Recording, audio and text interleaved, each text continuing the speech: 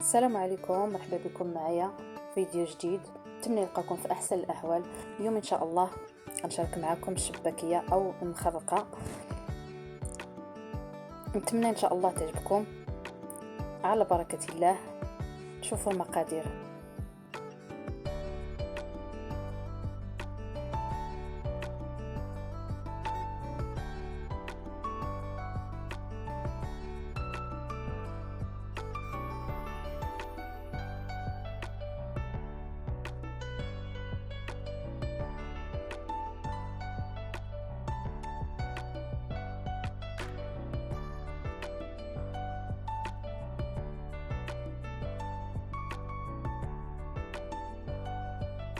بسم الله. بالنسبه للمقادير، عندي كيلو ديال الطحين، عندي زلافه ديال الزنجلان مطحون مزيان كما كتشوفوا، عندي معلقه ونص ديال القرفه، عندي معلقه ونص ديال النافع انا باقي غنطحنو، عندي اصفر بيضه، عندي معلقه مع مراش ديال الخميره ديال الحلويات، عندي 2 ضويمات ديال الزعفران، وعندي راس معلقه ديال الخميره ديال الخبز. نحتاج هنا ايضا نصف كاس ديال الخل، كاس ديال الزبده، عندي هنا كاس الا ربع ديال الزيت النباتيه، وغنضيف معاه ربع كاس ديال زيت الزيتون ما تصورت لياش، وعندي كاس ونص ديال ماء الزهر هو باش غادي نجمع العجينه، وشويه ديال الملحه.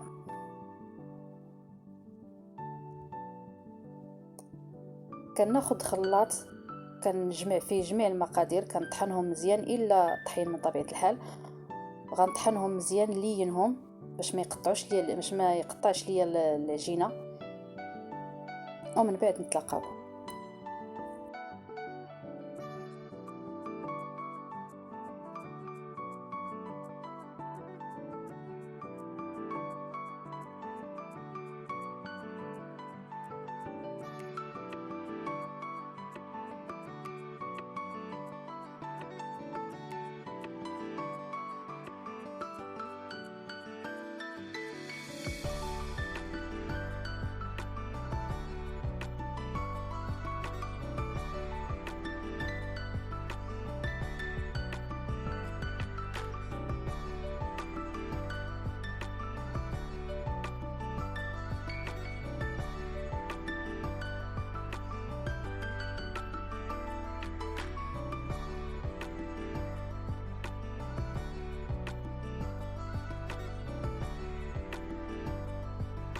هذا هو الشكل ديال الخليط بعد ما طحنته، كنطحنو مزيان. هنا غادي نبقى نضيف ليه الطحين بالتدريج حتى نحصل على العجينه تكون شويه قاصحه. بالنسبه للعجينه ديال الشباكيه راه من طبيعه الحال كتكون قاصحه شويه. صافي، هنا غنبقى تنضيف الطحين حتى نجمع العجينه.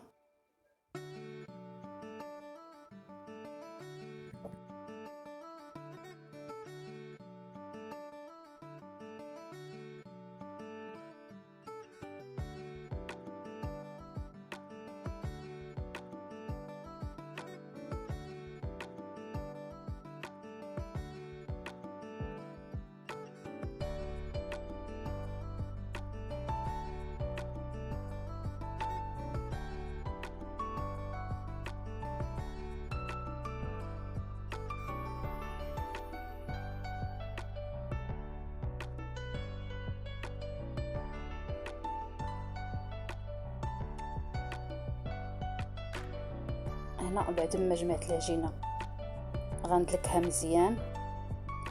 العجينه ديال الشباكيه كتبغي تدليك مزيان. وبالنسبه للطحين انا ما كملتش كيلو، بقى منه واحد تقريبا واحد نص زلافه.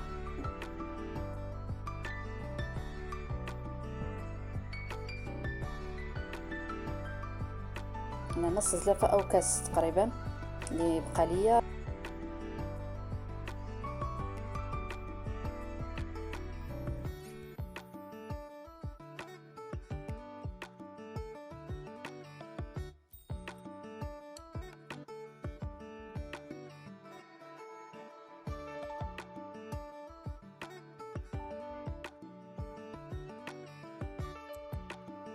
هنا بعد ما كملت العجينه ودلكتها مزيان غادي نقسمها ونبدا نسرحها على شكل سمنه.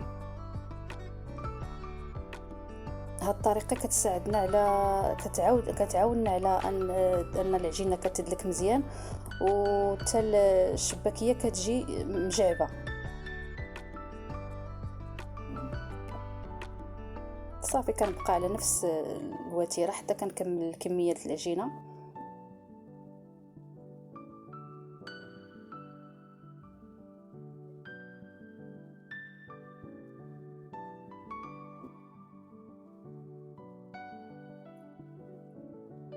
بالنسبه للعجينه كنديرها ضروري كنجمعها في بلاستيكه باش ما تكرمش.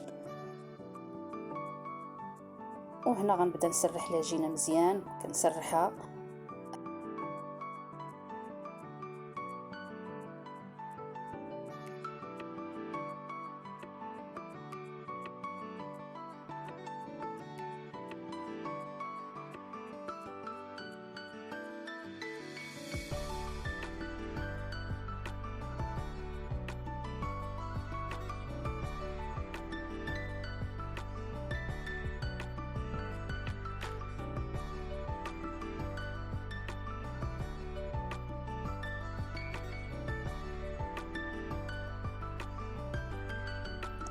هنا بعد ما سرحت العجينه غنبدا نقطعها بالجراره ونبدا نشبك. انا هذه هي الطريقه اللي كندير ديال التشباك، كتجيني سهله. هانتوما كما كتشوفوا سهله، اسهل طريقه هي هذه بالنسبه لي انا.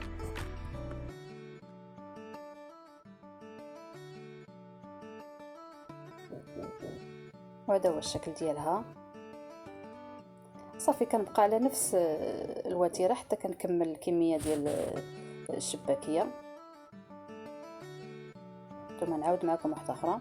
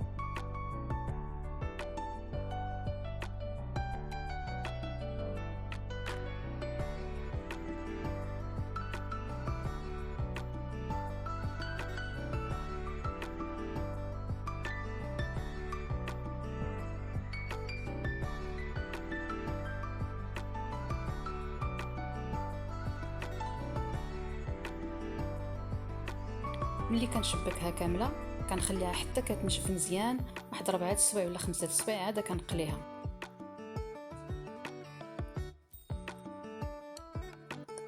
بعد ما كملتها غادي ندوزو للقلي. بالنسبه للقلي هنا انا كنقلي في الكوكوط، كتجيني ثقيله وما كتخطف لياش الشباكيه، ما كتجيش خضره من الداخل. بالنسبه للعسل هذا هو العسل كيكون ثقيل. من بعد نشاركو معكم في فيديو قادم ان شاء الله.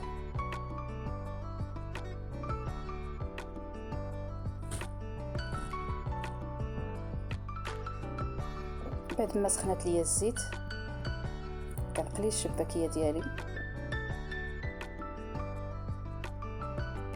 كنحاول النار ما تكونش مجهده، تكون متوسطه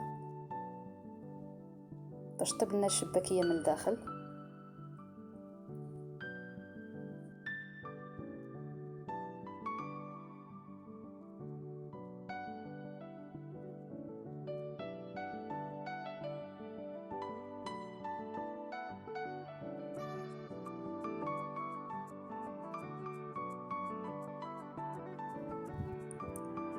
ملي كطيب الشباكيه من طبيعه الحال كنطفيها بلاسل. ها هو اللون اللي خدات كيجي ذهبي. صافي ونبقى تنكمل الكميه ونتلاقاو.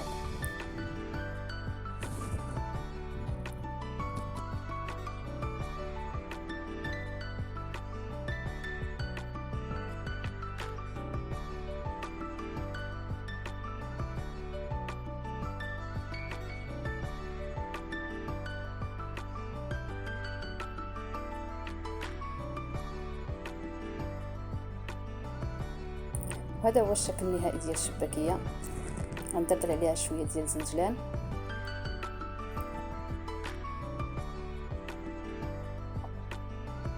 هانتوما راه كتجي هشيشه بزاف وكتجي بنينه ومقومه، كتجي رطبه. جربوها وردوا عليا.